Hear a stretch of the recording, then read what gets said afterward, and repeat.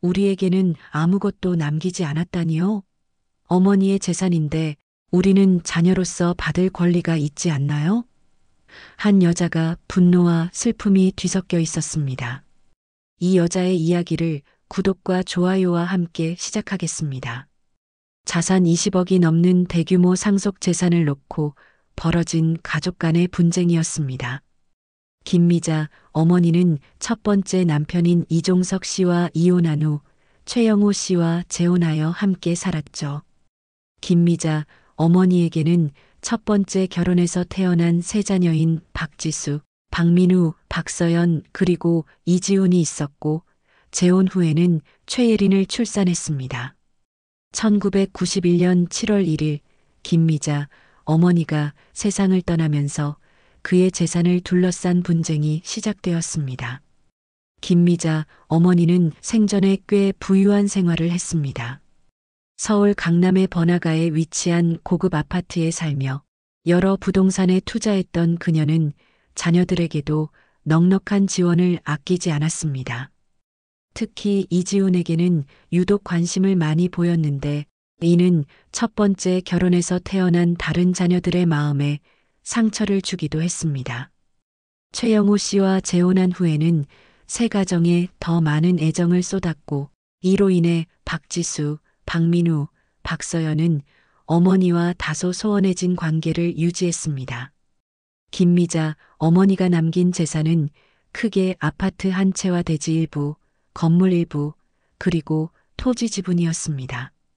이 재산들의 가치는 무려 20억 이상이었죠. 남편인 최영호 씨와 두 번째 결혼에서 태어난 자녀 최예린, 그리고 첫 번째 결혼에서 태어난 자녀들인 박지수, 박민우, 박서연, 이지훈이 이 막대한 재산의 상속인이 되었습니다. 김미자 어머니의 장례식은 조용하게 치러졌지만 그녀의 유언장이 공개되면서 가족 간의 갈등은 피할 수 없게 되었습니다. 김미자 어머니는 사망 전인 1991년 2월 8일에 공정증서를 통해 유언을 남겼는데 그 내용에 따르면 최영호 씨, 최예린, 이지훈에게만 대부분의 재산을 유증했고 첫 번째 결혼에서 태어난 세 자녀인 박지수, 박민우, 박서연에게는 아무것도 남기지 않았던 것입니다. 우리에게는 아무것도 남기지 않았다니요? 어머니의 재산인데 우리는 자녀로서 받을 권리가 있지 않나요? 박지수의 목소리에는 분노와 슬픔이 뒤섞여 있었습니다. 그녀의 손은 떨리고 있었고 눈가에는 눈물이 맺혔습니다. 최영호 씨는 이에 강하게 반박했습니다. 그 재산들은 원래 내 것이었소. 단지 명의만 김미자에게 신탁한 것뿐이니 분할 대상 재산에 포함되지 않는다고요. 그의 목소리는 단호했지만 어딘가 불안한 기색이 역력했습니다. 장례식 이후 한 달이 지나도 해결의 기미가 보이지 않자 박지수, 박민우, 박서연은 변호사를 찾아갔습니다. 어머니가 우리를 차별한 것은 분명해 보입니다. 하지만 법적으로는 우리에게도 권리가 있지 않을까요? 박지수가 변호사에게 물었습니다. 변호사는 고개를 끄덕이며 대답했습니다. 네, 민법에는 유류분이라는 제도가 있습니다. 자녀들은 법정 상속분의 절반을 최소한의 상속분으로 보장받을 수 있죠. 상속재산분할 청구를 통해 이 문제를 해결할 수 있을 겁니다. 이렇게 시작된 가족 간의 법적 분쟁은 서울가정법원으로 향했습니다. 각자가 주장하는 이야기는 달랐고 한때 가족이었던 이들 사이에 깊은 골이 패이기 시작했습니다. 박지수, 박민우, 박서연은 어머니의 재산에 대한 정당한 몫을 요구했고 최영호 씨와 최예린, 이지훈은 그 재산이 자신들의 것이라고 맞섰습니다. 심리가 본격적으로 시작되었습니다. 법원은 김미자 어머니의 상속인과 각자의 법정 상속분을 먼저 확인했습니다. 증거들과 심리의 전취지를 종합한 결과 상속인은 총 6명으로 확인되었죠. 최영호 씨의 법정 상속분은 13분의 3, 나머지 5명의 상속인들은 각각 13분의 2였습니다. 법정에서의 첫날 모든 가족이 오랜만에 한자리에 모였습니다. 서로 눈길조차 주지 않는 형제자매들의 모습은 보는 이로 하여금 안타까움을 자아내게 했습니다. 박서연은 손수건을 꼭 쥐고 있었고 최예리는 아버지인 최영호 씨의 팔짱을 끼고 있었습니다. 이지우는 조금 떨어져 앉아 창밖만 바라보고 있었습니다. 이 재판은 우리 가족을 더 갈라놓을 뿐이에요. 박민우가 박지수에게 속삭였습니다. 정말 이렇게까지 해야 하는 걸까? 박지수는 단호하게 대답했습니다. 우리가 가족으로서 받아야 할 정당한 몫을 요구하는 것뿐이야.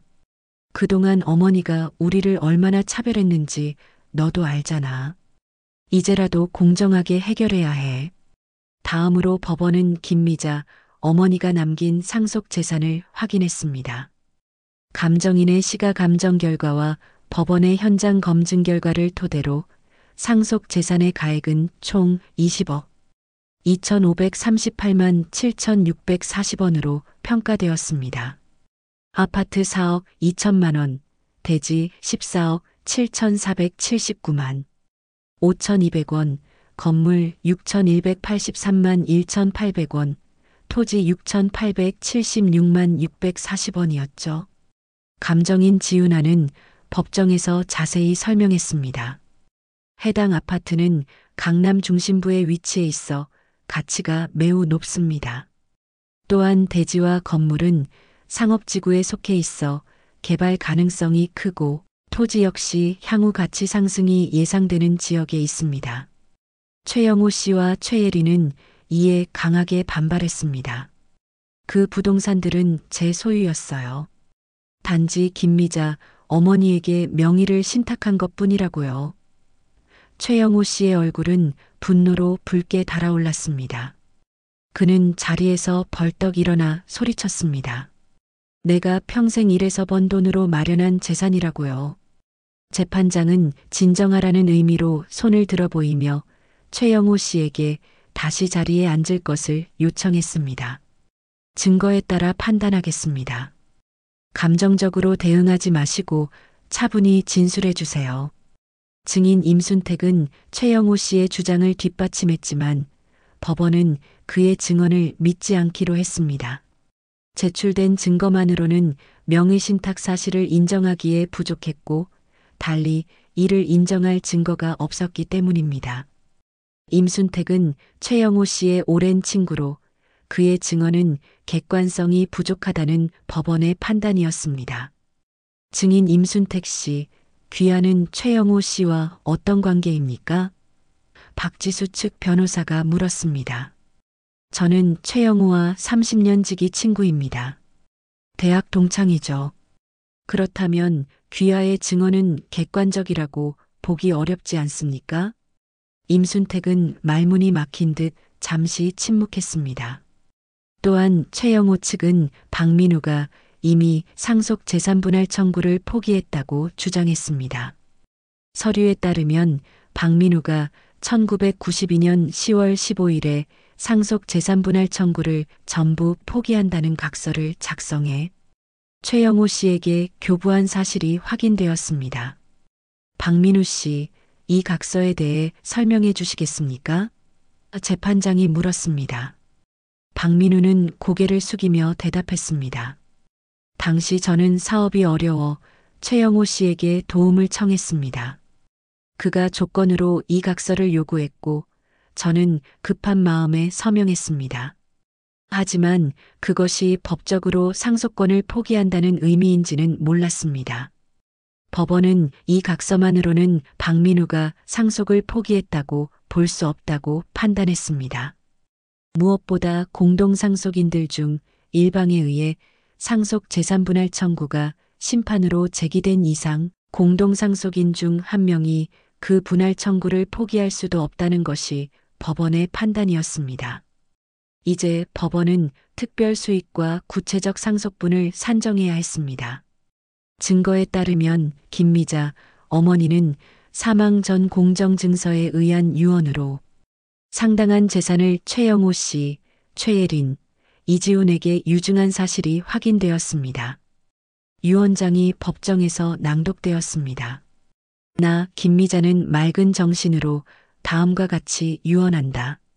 남편 최영호에게는 아파트 2분의 1 지분과 대지 2분의 1 지분, 건물 2분의 1 지분을 유증한다. 딸 최예린에게는 아파트 2분의 1 지분을 유증한다. 아들 이지훈에게는 대지 2분의 1 지분과 건물 2분의 1 지분을 유증한다. 박지수는 유언장이 낭독되는 동안 눈물을 참으려 애썼습니다. 어머니가 자신과 남매들을 완전히 배제했다는 사실이 가슴을 아프게 했습니다. 왜 어머니는 우리에게는 아무것도 남기지 않으셨을까? 그녀는 속으로 생각했습니다. 법원은 이러한 유증을 특별 수익으로 보고 각 수증자의 특별 수익액을 산정했습니다.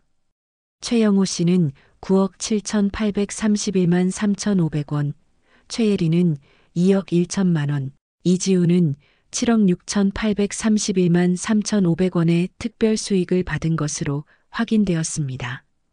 이지훈은 자신이 받은 유증 금액을 듣고 놀란 듯 했습니다. 그는 잠시 고개를 숙였습니다. 평소 어머니에게 특별한 사랑을 받았다고 생각했지만 이토록 큰 편애를 받았다는 사실이 부담스러웠습니다. 더구나 그것이 자신의 이복 형제자매들과의 관계를 더욱 악화시키는 원인이 되었다는 사실에 마음이 무거웠습니다.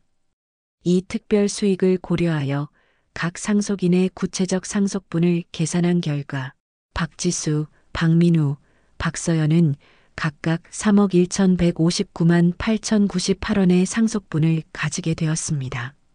반면 최영호 씨와 이지훈은 그들이 받은 특별 수익액이 이릉의 상속분을 초과하는 초과특별 수익자로 판단되어 구체적 상속분은 0이 되었고 최예린만 1억 159만 8,098원의 상속분을 갖게 되었습니다. 이게 무슨 말입니까? 최영호 씨는 혼란스러운 표정으로 물었습니다. 제가 특별 수익이라는 것을 받았다고 해서 상속분이 없다는 건가요? 법원 서기가 설명했습니다. 네, 귀하께서 받은 특별 수익액이 법정 상속분을 초과하기 때문에 추가적인 상속분은 없습니다. 이를 초과특별 수익자라고 합니다. 최영호 씨는 불만스러운 표정을 감추지 못했습니다. 그는 변호사와 소곤소곤 대화를 나누며 대책을 논의했습니다. 어머니가 생전에 우리에게 남긴 유언이 있는데 왜 이것을 무시하나요? 최예린의 목소리에는 억울함이 묻어났습니다. 그녀의 눈에는 눈물이 고여 있었고 손은 미세하게 떨리고 있었습니다. 박지수는 차분하게 대답했습니다. 법에는 유류분이라는 것이 있어요. 상속인에게는 최소한의 상속분이 보장되어야 하는데 그것이 바로 유류분이죠. 어머니의 유언으로 우리의 유류분이 침해되었다면 그 부분은 반환을 청구할 수 있는 겁니다. 최예리는 고개를 저었습니다. 하지만 그건 어머니의 마지막 뜻을 무시하는 거예요. 어머니는 분명한 이유가 있으셨을 거예요. 어떤 이유가 있었길래 자신의 자녀들을 이렇게 차별했겠어요? 박서연이 참지 못하고 끼어들었습니다. 우리도 어머니의 자녀예요. 똑같은 자녀로서 대우받을 권리가 있어요. 법정 안에 긴장감이 감돌았습니다. 형제자매 간의 감정이 격해지자 재판장이 발언을 제지했습니다. 감정적인 발언은 자제해 주시기 바랍니다. 법적인 판단에 집중하겠습니다. 법원은 이 사건에서 중요한 법리적 판단을 내렸습니다. 유류분반환 청구는 원칙적으로 민사소송의 대상이지만 유증으로 인한 유류분 침해자가 재산상속인이고 유류분 권리자가 그 권리를 행사했다면 재산상속인들 사이의 상속 재산 분할에 영향을 미치게 되므로 유류분반환 청구의 구체적 실현은 가사비송 사건인 상속 재산 분할 절차와 함께 이루어져야 합니다. 이는 매우 중요한 판시사항이었습니다. 법원이 상속 재산 분할 심판에서 공동상속인들 사이의 유류분반한 청구에 대해서도 판단해야 한다는 원칙을 세운 것이죠. 이 판결은 향후 유사한 사건들의 중요한 선례가 될 것이라는 법조계의 평가를 받았습니다. 법원의 이런 판단에 대해 양측 변호사들은 각자의 입장에서 의견을 피력했습니다. 박지수 측 변호사는 이번 판결은 상속 재산 분할과 유류분반한 청구의 통합적 처리라는 점에서 매우 합리적인 접근법입니다. 재판의 효율성과 공정성을 모두 제고하는 판단이라고 생각합니다. 라고 평가했습니다. 반면 최영호 측 변호사는 유류분반한 청구는 본래 별도의 민사소송으로 다루어져야 할 사안입니다. 이를 상속재산분할 심판에서 함께 다루는 것은 절차적 혼란을 야기할 수 있습니다. 라고 반박했습니다. 더불어 법원은 또 다른 중요한 판결 요지를 제시했습니다. 유류분을 침해하는 수증자가 여러 명일 경우 유류분반하는 각자가 얻은 유증가에게 비례로 반환해야 합니다. 하지만 그 수증자들이 공동상속인으로서 그들 자신의 유류분을 갖는 경우라면 그들이 받은 유증가액에서 그들 각자의 유류분가액을 공제한 액수의 비례로 반환해야 합니다. 이 법리는 상당히 복잡했기에 재판장은 추가 설명을 제공했습니다. 쉽게 말해 유증을 받은 상속인들도 자신들의 유류분이 있습니다. 따라서 이들이 반환해야 할 금액은 그들이 받은 유증 금액에서 그들 자신의 유류분을 제외한 부분에 대해 비례적으로 계산되어야 합니다. 최예리는 고개를 갸웃거렸습니다. 무슨 말인지 잘 이해가 안 돼요. 그녀의 변호사가 귓속말로 설명해 주었고 최예리는 천천히 고개를 끄덕였습니다. 이 법리에 따라 박지수, 박민우, 박서연의 각 유류분 부족 금액의 합계는 수증자들인 최영호 씨, 최예린, 이지훈이 각자 얻은 유증가액에서 자신들의 유류분을 공제한 액수의 비례로 반환해야 했습니다. 계산은 복잡했지만 법원은 세밀하게 모든 수치를 검토했습니다. 법원 서기가 계산서를 낭독했습니다. 수증자들의 유류분반한 비율은 최영호 씨가 53.7%, 최예린이 8.2%, 이지훈이 38.1%로 산정되었습니다. 이에 따라 각각 2억 8,190만 원, 4,300만 원, 2억 800만 원의 반환 의무가 발생합니다. 이지훈은 이 금액을 듣고 놀라운 표정을 지었습니다. 그는 자신이 그토록 많은 금액을 다른 형제자매들에게 돌려주어야 한다는 사실에 충격을 받은 듯 했습니다. 그는 창밖을 바라보며 깊은 생각에 잠겼습니다. 법원은 수증자들의 유류분반한 비율을 계산하고 그에 따른 구체적 반환가액을 산정했습니다. 이를 통해 박지수, 박민우, 박서연의 유류분을 고려한 모든 상속인들의 구체적 상속분이 결정되었고 그 비율은 세밀하게 계산되었습니다. 결국 법원은 우리의 유류분을 인정해 준 거군요. 박민우가 안도의 한숨을 내쉬었습니다. 박서연도 고개를 끄덕였습니다. 하지만 여전히 유증 자체는 효력이 있어요. 단지 우리의 유류분을 침해하는 범위 내에서만 효력을 잃은 거죠. 그렇다면 이제 이 재산을 어떻게 분할할 것인지가 문제로군요. 박지수가 말했습니다. 법원의 판단이 내려졌습니다. 모든 상속 재산을 경매에 붙여 그 대금에서 경매 비용을 공제한 나머지 금액을 상속인들에게 각자의 구체적 상속 분율에 따라 분배하기로 한 것입니다. 이것은 상속인들 간의 복잡한 관계와 이해관계를 고려할 때 가장 공정한 방법이라고 판단되었습니다. 본 재판부는 현물 분할, 지분 분할, 대상 분할 등의 방법을 모두 검토하였으나 이 사건의 특수성과 당사자들의 관계를 고려할 때 경매 분할이 가장 적합하다고 판단하였습니다. 재판장이 판결문을 낭독했습니다. 법정 안에는 무거운 침묵이 내려앉았습니다. 모두가 이 결과를 예상했지만 실제로 듣게 되니 현실감이 다가왔습니다. 평생 살아온 집과 가꾸어온 부동산이 낯선 이에게 넘어간다는 사실은 모든 상속인에게 쉽게 받아들이기 어려운 현실이었습니다.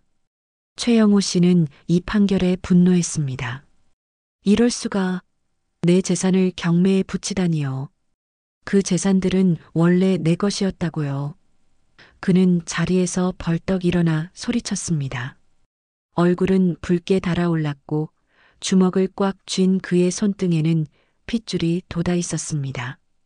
법정 경위가 다가와 최영호 씨를 진정시키려 했지만 그는 여전히 화를 참지 못하고 있었습니다.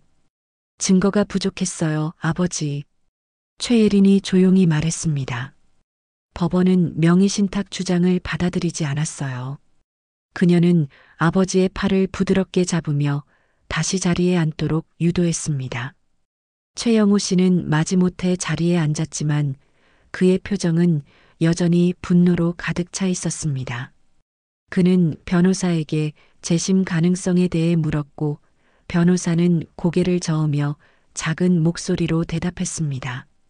박지수는 담담하게 상황을 받아들였습니다. 결국 법의 판단을 따르는 수밖에 없네요. 모두가 만족할 수는 없겠지만 최소한 우리의 유류분은 인정받았으니까요. 그녀의 목소리에는 안도감과 함께 씁쓸함이 묻어났습니다. 법원의 판결은 단순히 재산 분할의 문제를 넘어 가족 간의 깊은 갈등을 드러내고 있었습니다. 한때 함께 웃고 울던 가족들이 이제는 법정에서 서로의 권리를 주장하며 대립하게 된 현실이 안타까웠습니다. 상속 재산을 둘러싼 분쟁은 종종 이렇게 가족의 유대를 파괴하곤 했습니다. 법정을 나서는 길에 이지훈과 박지수가 우연히 마주쳤습니다. 둘은 잠시 서로를 바라보았지만 아무 말도 나누지 못했습니다. 이지훈이 먼저 고개를 숙이고 지나치려 했을 때 박지수가 불렀습니다. 이지훈, 잠깐만. 이지훈이 멈춰서서 뒤돌아봤습니다. 그의 눈에는 복잡한 감정이 서려 있었습니다. 왜 어머니가 너에게 그렇게 많은 재산을 남겼는지 알고 있니? 박지수가 조용히 물었습니다. 이지훈은 잠시 침묵했습니다. 그리고 깊은 한숨을 내쉬며 대답했습니다. 나도 정확히는 모르겠어. 하지만 어머니는 항상 내가 몸이 약하고 사업 수완도 없으니 다른 형제들보다 더 많은 도움이 필요하다고 생각하셨던 것 같아. 그래도 우리를 완전히 배제하는 건 너무했어. 박지수의 목소리에는 오랜 상처가 묻어났습니다. 이지훈은 고개를 숙였습니다. 미안해, 누나. 나도 이런 상황이 될 줄은 몰랐어. 어머니의 뜻이라 어쩔 수 없다고 생각했지만 이제 와서 생각해보니 잘못된 결정이었던 것 같아. 두 사람은 더 이상 말을 잇지 못했습니다.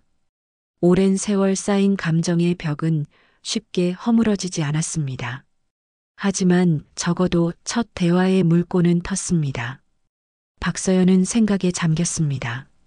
어머니가 이런 상황을 보면 얼마나 마음 아파하실까. 하지만 우리도 어머니의 자녀로서 정당한 권리가 있는 것이니 이렇게라도 주장할 수밖에 없었어.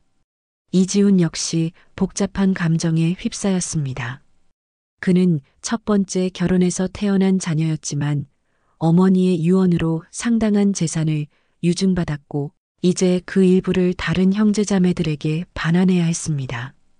어머니의 뜻을 존중해야 하는 것인지 아니면 법의 판단을 따라야 하는 것인지. 최예리는 어머니의 재혼 후에 태어난 유일한 자녀로서 이 분쟁에서 특별한 위치에 있었습니다. 그녀는 아버지인 최영호 씨와 이복 형제자매들 사이에서 어려운 입장이었습니다. 우리 모두 어머니의 자녀인데 왜 이렇게 서로를 적으로 대해야 하는 걸까요? 그녀는 자문자답하며 한숨을 내쉬었습니다. 판결이 내려진 후 상속인들은 각자의 방식으로 이 결과를 받아들이기 시작했습니다. 박지수는 법원의 판단에 안도했지만 가족 간의 갈등이 이렇게 깊어진 것에 대한 아쉬움도 컸습니다. 그녀는 자신의 침대에 앉아 오래된 가족 사진첩을 펼쳐보았습니다. 어머니가 건강하게 웃고 있는 모습, 형제자매들이 함께 놀던 모습, 이제는 돌아갈 수 없는 과거가 되어버렸습니다. 사진 한 장이 그녀의 시선을 붙잡았습니다. 10살 무렵의 가족 사진이었는데 그 사진 속에서는 모두가 행복해 보였습니다. 김미자 어머니가 이지훈을 품에 안고 있고 박지수와 박민우, 박서연이 그 주위에 모여 있었습니다. 그 시절에는 아직 최영호 씨와 최예린이 가족의 일원이 아니었지만 그들 나름의 행복한 시간이었습니다. 결국 우리가 싸운 건 돈 때문이었을까? 아니면 어머니의 사랑과 인정 때문이었을까? 박지수는 깊은 한숨을 내쉬었습니다. 그녀는 창밖을 바라보며 생각에 잠겼습니다. 비가 내리기 시작했고 빗방울이 창문을 타고 흘러내렸습니다. 마치 그녀의 마음처럼 우울한 날씨였습니다. 최영호 씨의 집에서는 다른 분위기가 흐르고 있었습니다. 그는 분노로 가득 찬 채 거실을 왔다 갔다 하고 있었습니다. 이건 불공평해. 그 재산들은 내가 평생 일해서 모은 것들인데 단지 명의만 아내 이름으로 해둔 것뿐인데. 그는 술을 따라 한 잔 들이켰습니다. 술잔을 내려놓는 손이 떨렸습니다. 최영호 씨는 벽에 걸린 김미자와의 결혼 사진을 바라보았습니다. 당신 없이 이 집은 너무 쓸쓸해. 이제 이 집마저 잃게 되다니. 최예린이 아버지의 어깨에 손을 얹었습니다. 아버지, 이제 받아들이는 게 좋을 것 같아요. 법원은 이미 판단을 내렸고 우리도 나름의 몫을 받게 되었으니까요. 그녀의 목소리는 부드럽고 위로가 담겨 있었지만 눈가에는 걱정의 그림자가 드리워져 있었습니다. 내 어머니가 살아 있었다면 이런 일은 없었을 텐데. 최영호 씨의 목소리가 떨렸습니다. 슬픔과 분노, 그리고 상실감이 뒤섞인 감정이었습니다. 그는 소파에 털썩 주저앉으며 얼굴을 손으로 감쌌습니다. 어깨가 가늘게 흔들렸고 최예리는 아버지가 흘리는 눈물을 처음 보았습니다. 박민우와 박서연은 카페에서 만나 이야기를 나누고 있었습니다. 창밖으로 내리는 빗줄기를 바라보며 그들은 앞으로의 계획에 대해 논의했습니다. 법원이 우리의 유류분을 인정해 준 것은 다행이지만 이제 우리 가족은 어떻게 될까? 박민우가 커피잔을 만지작거리며 물었습니다. 그의 표정은 우울했고 목소리에는 체념이 묻어났습니다. 박서연은 창밖을 바라보며 대답했습니다. 아마 예전처럼 되긴 힘들겠지. 하지만 시간이 지나면 모두 이해하게 될 거야. 우리가 요구한 것은 단지 법적 권리였을 뿐이니까. 그래도 마음이 무겁네. 특히 이지훈을 생각하면. 우리와 같은 어머니에게서 태어났는데 어머니는 그에게만 큰 재산을 남기셨어. 박민우의 목소리에는 복잡한 감정이 묻어났습니다. 어머니에게도 나름의 이유가 있었겠지. 우리는 그저 우리의 몫을 요구한 것뿐이야. 박서연이 위로했습니다. 하지만 그녀의 눈에도 슬픔이 어려 있었습니다. 사실 난 가끔 우리가 너무했나 하는 생각도 들어.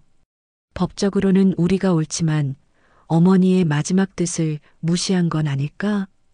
박민우가 조심스럽게 말했습니다. 박서연은 잠시 침묵했다가 대답했습니다.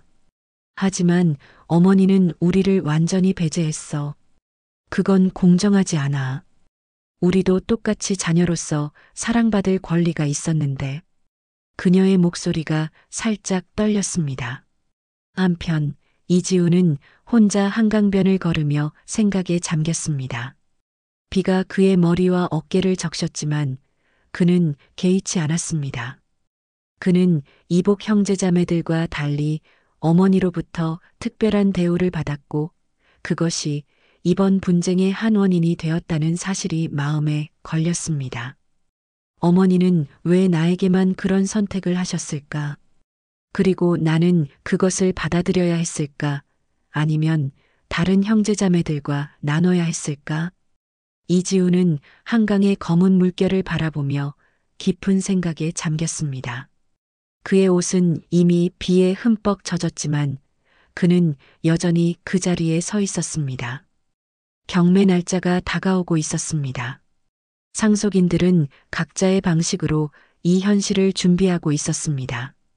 박지수는 변호사와 만나 경매 절차와 그 이후의 상황에 대해 상담하고 있었습니다. 경매가 끝나면 재산은 모두 현금화되고 그 돈은 법원이 정한 비율대로 분배됩니다. 박지수님께서는 유류분을 포함해 상당한 금액을 받게 될 겁니다. 변호사가 설명했습니다. 그는 서류들을 정리하며 계속해서 말을 이어갔습니다.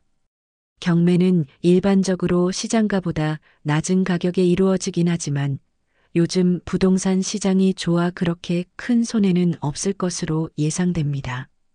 박지수는 고개를 끄덕였습니다. 돈보다는 이 과정에서 잃어버린 가족관계가 더 아쉽네요. 그녀는 창밖으로 보이는 서울의 스카이라인을 바라보며 말했습니다. 변호사는 공감의 표정을 지었습니다. 상속 분쟁은 종종 가족관계에 큰 상처를 남깁니다. 하지만 시간이 해결해주는 경우도 많아요. 제가 경험한 많은 사례에서 처음에는 서로 말도 하지 않던 가족들이 몇 년 후에는 화해하는 경우도 많았습니다. 정말 그럴까요? 박지수의 눈에 작은 희망의 빛이 어렸습니다. 변호사는 미소를 지으며 대답했습니다. 물론이죠. 가족의 유대는 생각보다 강합니다.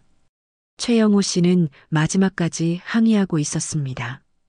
그는 법원에 재심을 요청했지만 받아들여지지 않았습니다.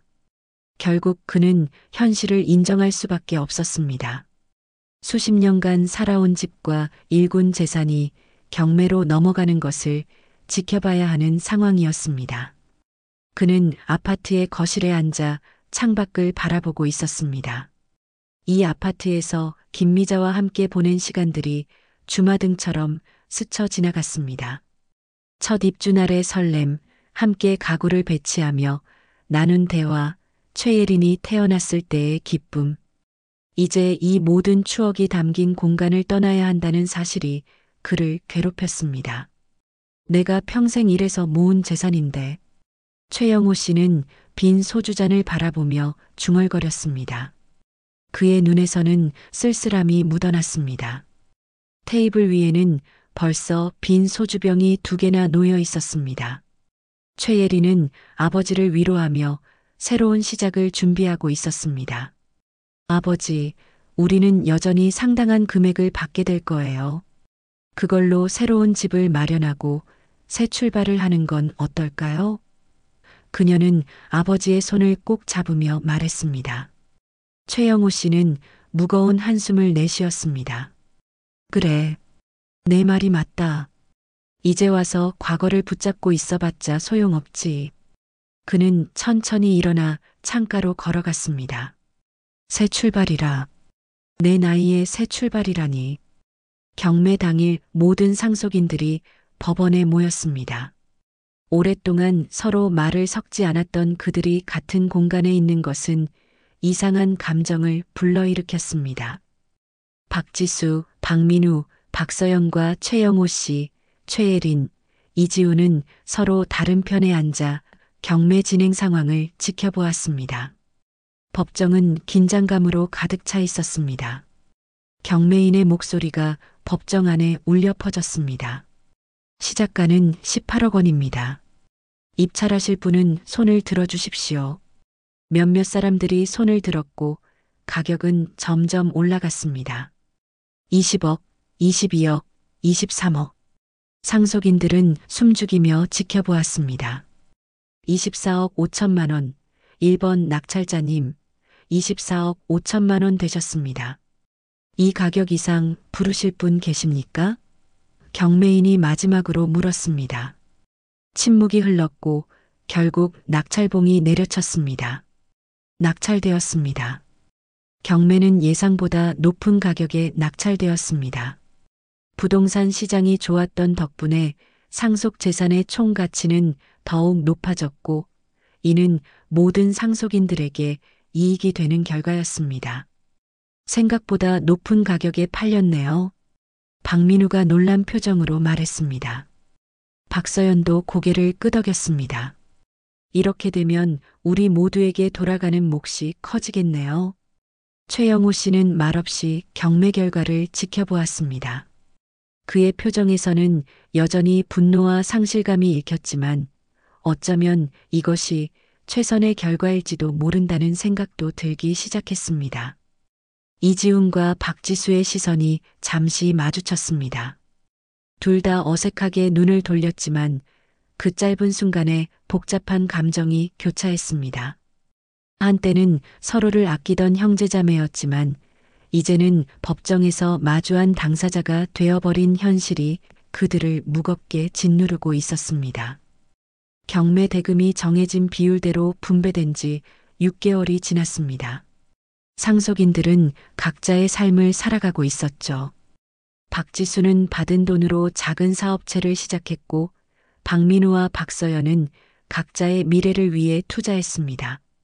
최영호 씨와 최예리는 새로운 집을 마련했고 이지우는 해외 유학을 결심했습니다. 박지수의 새 사업체는 작은 디자인 스튜디오였습니다.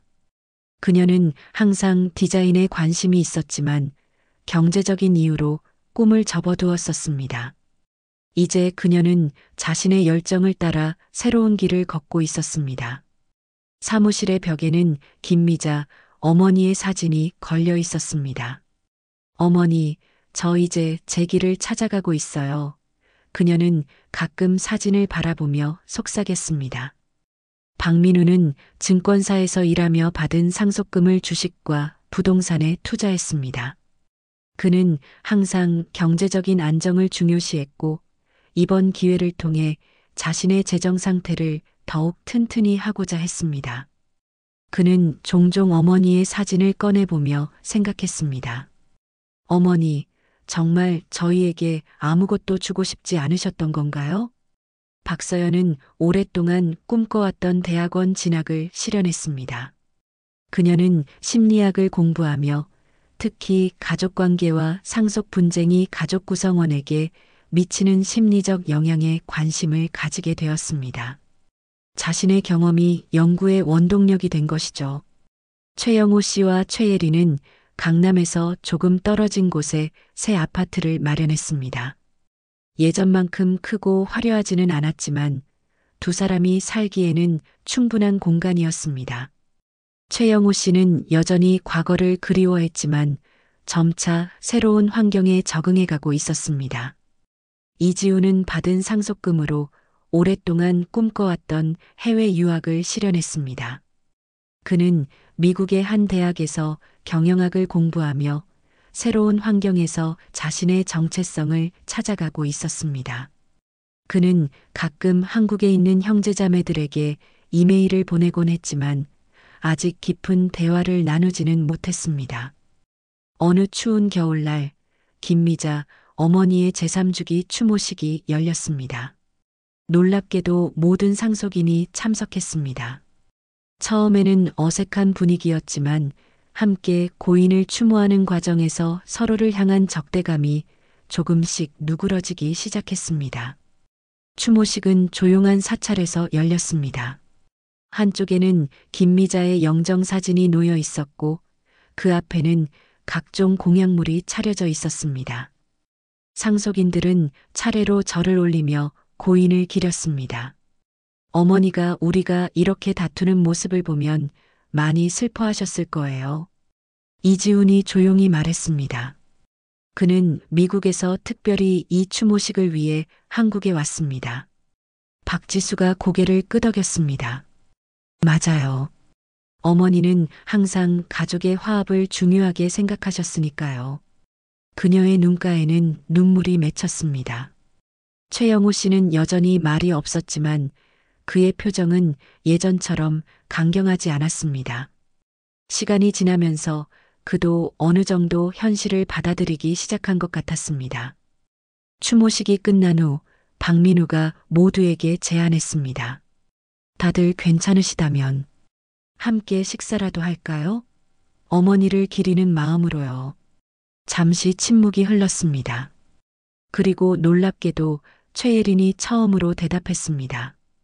좋은 생각이네요. 오랜만에 가족이 함께 모이는 것도 의미가 있을 것 같아요. 그렇게 그들은 오랜만에 한 식탁에 모였습니다. 처음에는 어색한 대화만 오갔지만 음식이 나오고 술잔이 오가면서 점차 분위기가 풀리기 시작했습니다. 그들은 김미자 어머니의 추억을 나누며 웃기도 했습니다. 어머니는 항상 명절 때 송편을 가장 예쁘게 빚으셨죠. 박서연이 회상했습니다. 최예린이 미소를 지었습니다. 맞아요. 그리고 항상 제가 도와드리겠다고 하면 내 손은 너무 거칠어라고 하셨어요. 함께 웃음이 터졌습니다. 오랜만에 느끼는 가족의 온기였습니다. 식사가 끝날 무렵 최영호 씨가 마침내 입을 열었습니다. 내가 너무 고집을 부렸던 것 같구나. 법정에서 싸우느라 정작 중요한 것을 놓쳤어. 모두가 놀란 표정으로 그를 바라보았습니다. 최영호 씨가 이런 말을 할 거라고는 아무도 예상하지 못했기 때문입니다. 박지수는 놀랐지만 곧 따뜻한 미소를 지었습니다. 우리 모두 그랬던 것 같아요. 재산보다 중요한 것이 있다는 걸 잊었던 거죠. 이제라도 다시 시작할 수 있을까요? 이지훈이 조심스럽게 물었습니다. 박민우가 고개를 끄덕였습니다. 늦지 않았어요. 어머니도 그걸 원하셨을 거예요. 그날 밤 그들은 완전한 화해를 이루지는 못했지만 적어도 새로운 시작을 위한 첫걸음을 내딛었습니다. 상속 재산을 둘러싼 분쟁은 그들에게 큰 상처를 남겼지만 동시에 중요한 교훈도 남겼습니다. 재산은 언젠가 사라지지만 가족의 유대는 그 무엇과도 바꿀 수 없다는 것을요. 법원의 판결은 공정했고 법리에 따른 것이었습니다. 하지만 진정한 해결은 법정 밖에서 서로의 마음을 열고 이해하는 과정에서 이루어졌습니다. 상속 재산 분할이라는 법적 절차는 끝났지만 가족으로서 서로를 이해하고 용서하는 여정은 이제 막 시작되었습니다. 어머니, 저희가 이렇게나 늦게 깨달았네요. 박서연이 하늘을 바라보며 속삭였습니다. 그녀의 눈에서는 눈물이 반짝였고 그 눈물 속에는 후회와 희망이 함께 담겨 있었습니다. 앞으로 그들이 어떤 관계를 만들어갈지는 알 수 없었지만 적어도 오늘 밤은 함께 어머니를 추억하며 가족의 의미를 되새기는 시간이 되었습니다. 오늘도 요지경 같은 법정 이야기 함께 살펴봤습니다. 재산을 둘러싼 가족의 아픔과 화해. 법은 공정하지만 진정한 해결은 마음에서 시작됩니다. 여러분의 가정에는 이런 일 없으시길 바라며 김사무장의 요지경 세상 다음 편도 기대해 주세요. 좋아요와 구독, 알림 설정도 잊지 마세요. 여러분의 응원이 더 좋은 콘텐츠로 보답하겠습니다. 다음에 또 만나요.